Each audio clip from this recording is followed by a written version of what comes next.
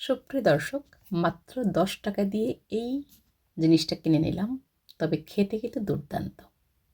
প্রচুর পরিমাণে আয়রন রয়েছে, আর অনেক খাদ্য গুণাগুণ রয়েছে। রয়েছে জলীয় অংশ অনেকটা। শীতকালে এই জাতীয় সবজি খেতে আমি বারবারই আপনাদেরকে বলবো। চলুন আজকে দেখে নিচ্ছি কী রান্না করছি খুব কম সময়ের মধ্যে। এটাকে আমরা কলার থোর বলি। আপনারা কী বলেন সেটা আমি জানি না। যাই হোক, এটাকে ভিতরের অংশটা একদম কেটে বেছে গুছিয়ে নিলাম। কুচি কুচি করে কেটে আমি হালকা হলুদ দিয়ে মিশিয়ে রেখেছি। এবার একটা পাত্রে তেল দিলাম। খুব বেশি কিন্তু তেল ব্যবহার করিনি এখানে।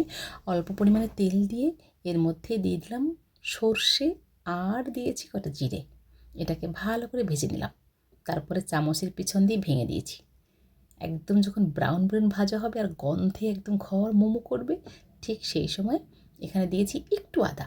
আর আপনারা চাইলে এখানে আদাটা কিন্তু অ্যাভয়েডও করতে পারেন। সাথে দেবো বেশ কিছু কচু চিংড়ি। তবে যারা নিরামিষ পছন্দ করেন তারা কিন্তু চিংড়ি মাছটাকে বাদ দিয়েও রান্না করতে পারেন কিংবা ভেজে নিতে পারেন। চিংড়ি মাছ কেটে রাখার পরে সবসময় একটু হলুদ মাখিয়ে রাখি কিংবা নুন, যাতে নষ্ট না হয়ে যায়।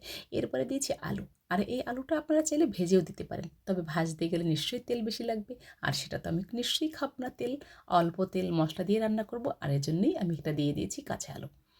এরপর যখন আলুটা একটু সিদ্ধ সিদ্ধ হবে, তখন আমি সেই যে থোর কুচি কুচি করে রেখেছি, এটা যদি আমরা সিদ্ধ করে ভাপিয়ে রান্না করি তাহলে কিন্তু আয়রনটা একদমই থাকবে না। আমি কেটে নিয়ে একদম ভালো করে আগে ধুয়ে নিই, তারপরে কেটে একটু হলুদ মাখিয়ে রাখি যাতে কালচে হয়ে না যায়। এরপরে দিয়েছি পরিমাণ মতো বা টেস্ট বুঝে লঙ্কা, কাঁচা পাকা লঙ্কা দিয়েছি, একটু দেখতে ভালো লাগবে, কালারফুল হবে। আর এবারে আমি এটাকে ঢেকে দেব, তবে তার আগে পরিমাণ মতো নুন দিয়েছি।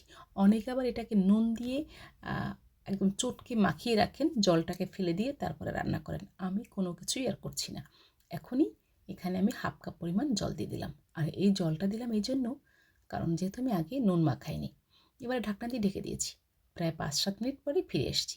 এবারে ঢাকনা তুলে ভালোভাবে উল্টে পাল্টে নেড়ে ছেড়ে দেবো, যতক্ষণ না পর্যন্ত জলটা না টানে। একদম কিন্তু মাখো মাখো হয়ে গেছে অলরেডি। আলুটাও হালকা গলেছে, আর এই থোরও ভালোভাবে গলে গেছে। যারা চিনি পছন্দ করেন কয়েকটা দানা এখানে চিনি ফেলে দিতে পারেন। এরপরে সামান্য ভাজা জিরে আর একটু গোলমরিচ এর মধ্যে ছড়িয়ে দিয়েছিলাম, সেটা স্কিপ করে গেছে। ধনেপাতা দেওয়া যেতে পারে। অনেকে আবার 1-2 ফোঁটা ঘি ব্যবহার করতে পারেন যারা নিরামিষ খেতে পছন্দ করেন। তারপরে এটাকে নামিয়ে গরম গরম পরিবেশন করুন। মাত্র 10 টাকার সবজি, আর রান্না করতে লেগেছে মাত্র 10 মিনিট। তেল মশলাও কম, খেতেও সুস্বাদু এবং স্বাস্থ্যকর। যদি ভালো লাগে মতামত জানাতে পারেন, শেয়ার করতে পারেন। একবার বানিয়ে খাবেন। আবারও দেখা হবে নতুন কোনো ভিডিও নিয়ে। সবাই ভালো থাকুন।